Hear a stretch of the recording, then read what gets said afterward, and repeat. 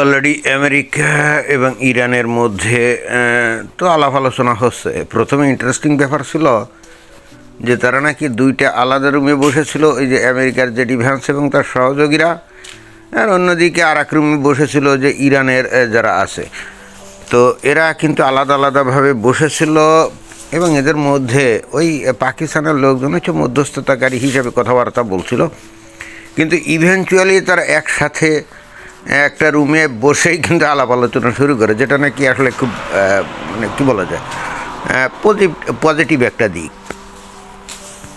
তো মূল আলোচনা যাওয়ার আগে এখানে একটা ইন্টারেস্টিং ব্যাপার আমি বলতে চাই, সেটা হলো যে খেয়াল করেন যখন জেডি ভ্যান্স ওই যে পাকিস্তানে গেল, হ্যাঁ, তো তখন তাকে যে ওই এয়ারপোর্টে স্বাগত জানালো, দেখেন এখানে খুবই ইন্টারেস্টিং একটা ব্যাপার ঘটছে। এই যে এখানে আমরা এই যে ছবিটা দেখতে পাচ্ছি, তাই না? এই যে খেয়াল করেন, এই যে জেডি ভ্যান্সকে স্বাগত জানাতে ওদের যে পররাষ্ট্রমন্ত্রী সেটা তো আসছেই। তারপরে পাকিস্তানের যে সেনাবাহিনী প্রধান ওই যে আসিম মুনির, ওই যে বাম পাশে যে আসিম মুনির, খেয়াল করছেন? সে কিন্তু একেবারে ওই সিভিলিয়ান পোশাকে আসছে, স্যুটকোট টাই পরে আসছে, সামরিক বাহিনীর পোশাক পরে কিন্তু আসেনি।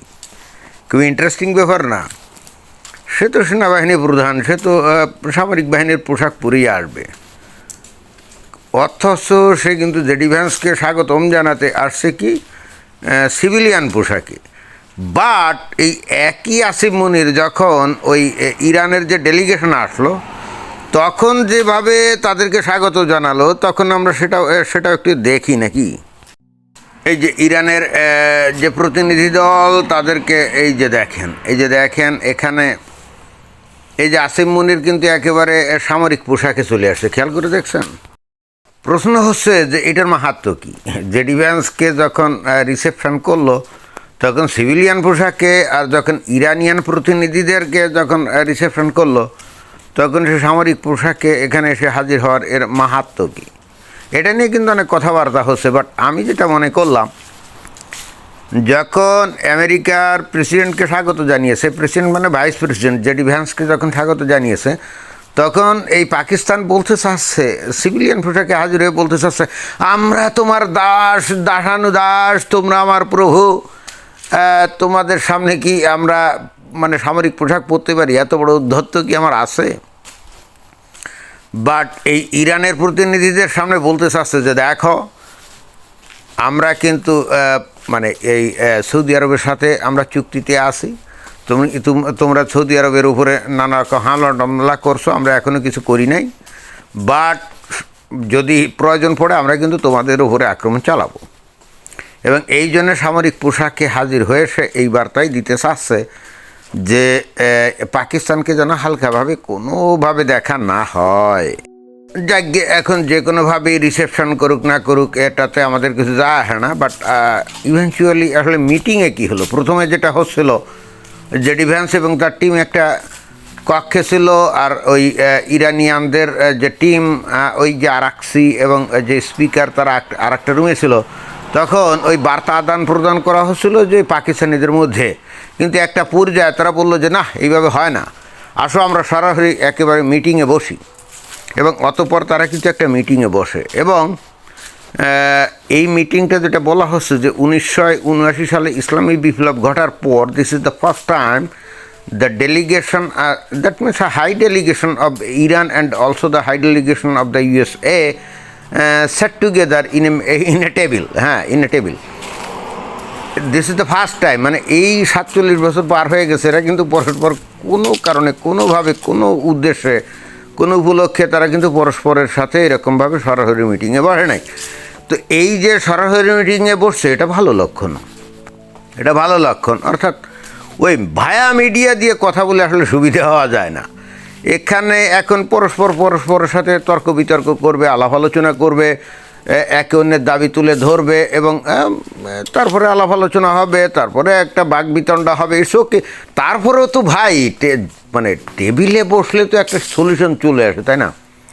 এবং আমি খুবই খুশি হলাম শুনে যে আমেরিকা অন্তত অ্যাটলিস্ট দুইটা দাবি একেবারে সাথে সাথে মেনে নিয়েছে, যেটা হলো যে প্রথমত যেটা আমরা দেখছিলাম যে ওই যে ইসরায়েল কিন্তু এই লেবাননে হেজবুল্লাহর উপরে কিন্তু আক্রমণ চালিয়ে যাচ্ছিল, এবং ইসরায়েল তো খুব ভালো করেই জানতো যে ইরান ওই লেবাননে ওই হেজবুল্লাহদের উপরে আক্রমণের বিষয়টা কিন্তু তারা গণ্য করবে, এবং এই জন্যে একেবারে লাস্ট মোমেন্টে তারা কিন্তু ভয়াবহ মানে সাঁড়াশি হামলা চালায় লেবাননে ওই হেজবুল্লাহদের ঘাঁটি একেবারে নিকেশ করে দেওয়ার জন্যে, বিশেষ করে তাদের যে ঊর্ধ্বতন যে লিডার আছে এগুলোকে নিকেশ করে দেওয়ার জন্য, এবং অলরেডি নাকি করছে, অনেকগুলোকে করে ফেলছে। তো ইসরায়েল কিন্তু জানতো এইটা আলোচনার টেবিলে আসবে যে ইসরায়েলে ওই লেবাননে যেন ইসরায়েল ওই হেজবুল্লাহর উপরে কোনো আঘাত টাঘাত না হানে, এই ব্যাপারটা এখানে আসবে।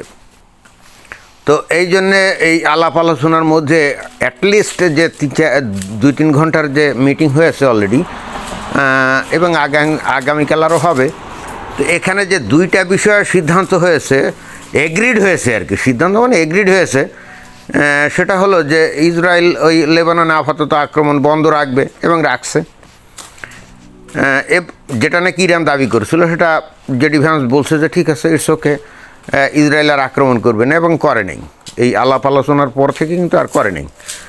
আর দ্বিতীয় নম্বর হলো যে ওই ইরান যে তেল বিক্রি করেছিল সম্ভবত দক্ষিণ কোরিয়ার কাছে, যেটা নাকি পরিমাণে কত $6 বিলিয়ন, মানে $600 কোটি মতো, এই টাকাটা আটকে রাখছিল আমেরিকা, অর্থাৎ ছাড় দেয় নাই। তো ইরান বলছে এই টাকাটা ছাড় দিতে হবে। তো জেডি ভ্যান্স বলছে ইটস ওকে, আমরা ছাড় দিলাম। এটা কিন্তু ভালো লক্ষণ, অর্থাৎ ইরান যা দাবি করছে at the first stage America agreed. কিন্তু মুশকিলটা হচ্ছে পরবর্তীতে আলোচনার মধ্যে তো আরও গুরুতর বিষয়গুলো আসবে, তাই না? যে ইরানের যে অ্যাটমিক বোমার অধিকারী হওয়ার যে উচ্চাকাঙ্ক্ষা, এটা ত্যাগ করার যে বিষয়টা আসবে, তারপরে তাদের যে ব্যালিস্টিক মিসাইল তৈরি প্রকল্প, এই বিষয়টা আসবে, এবং অ্যাট দ্য সেম টাইম আর একটা যে আসবে হরমুজ প্রণালী খুলে দেওয়া, এবং একই সঙ্গে ওই যে ওই লেবাননে হেজবুল্লাহদের এবং একই সঙ্গে অন্যান্য যে প্রক্সি বাহিনী যেগুলো আছে, ইরান যাতে সেগুলোতে সাহায্য সহযোগিতা না করে, এই প্রসঙ্গগুলো আসবে। তো আজকে অবশ্য তাদের মিটিংয়ের যে বিষয়গুলো সম্পর্কে এরা নিজেরাও কোনো ব্রিফ ট্রিপ করে না, আসলে কী নিয়ে আলাপ আলোচনা হয়েছে, কোন কোন ব্যাপারে তারা এগ্রিড হয়েছে, এগুলো জানা যায় না। তবে অ্যাটলিস্ট 2টা ব্যাপারে জানা গেছে, এবং সেই 2টা ব্যাপারে আমেরিকা কিন্তু এখানে নমনীয়তা দেখিয়েছে যে ঠিক আছে, লেবাননে ইসরায়েল আক্রমণ করবে না, আর তোমাদের যে পাওনা $600 কোটি আছে এটা আমরা ছাড় দেবো।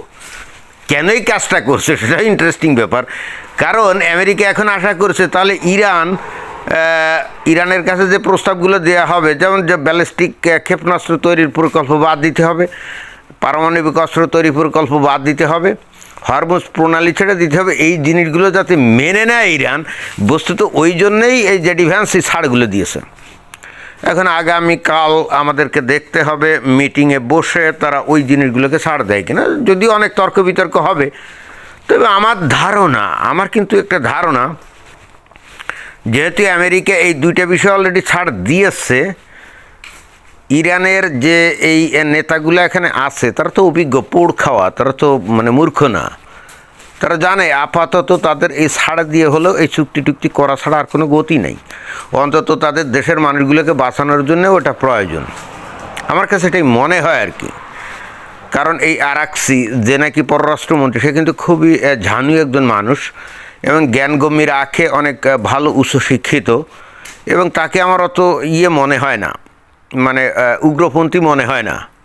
যদিও সে পররাষ্ট্রমন্ত্রী, তাকে আমার অত উগ্রপন্থী মনে হয় না। আমার কেন জানি মনে হয় যে he will agree all those proposals made by the USA that they will give up their program of making any atomic bomb or making ballistic missiles. আমার কাছে মনে হয় যে এই প্রস্তাবগুলোতে তারা রাজি হবে। তবে হরমুজ প্রণালী নিয়ে তারা বহুত মানে ঝামেলা পাকাইতে পারে, বলবে আচ্ছা ইটস ওকে, ঠিক আছে আমরা মেনে নিলাম, বাট হরমুজ প্রণালী দিয়ে জাহাজ গেলে আমাদেরকে টাকা টুকা দিতে হবে, মানে টোল দিতে হবে, কারণ তোমরা অলরেডি আমাদের বহুত ক্ষতি করছো, আমাদের এখন অনেক টাকা পয়সা দরকার, তো হরমুজ প্রণালী দিয়ে যাইতে গেলে এখন আমাদের টাকা টুকা দিতে হবে। মনে হয় এই ধরনের কিছু একটা বাগড়া দিতে পারে। এখন যাই হোক, যদি টোল দিতেও হয় ইটস ওকে, কোনো সমস্যা নেই, কিছু নাইলে দিল, এখন প্রতি ব্যারেলে নাকি $1 করে ওই টোল আদায় করছে, ওইটা একটু কমিয়ে টমিয়ে হয়তো 50 সেন্ট করলো। বাট তারপরও অ্যাটলিস্ট ইরান টাকা পয়সা কিছু পাক, তাদের দেশের লোকজনেরও তো দরকার আছে, তাই না? আমরা হলে শান্তিতে বসবাস করতে চাই, যুদ্ধ বিগ্রহ খুন খারাপি ভাই এইগুলো ভাই টেলিভিশনে অথবা মোবাইলের পর্দায় দেখতে খুব ভালোই লাগে, যে অমুক মিসাইল ছুটে চললো, অমুক জায়গায় আঘাত করলো। ভাই বা নিজেদের বাড়ির উপরে যদি এরকম মিসাইল একটা পড়ে, জাস্ট কল্পনা করেন না। দূর থেকে বসে এগুলো দেখতে খুবই ভালো লাগে, কিন্তু যাদের বাড়ির উপরে এসে পড়ছে তারাই সে না জানে যে ঘটনা আসলে কী, তাই না?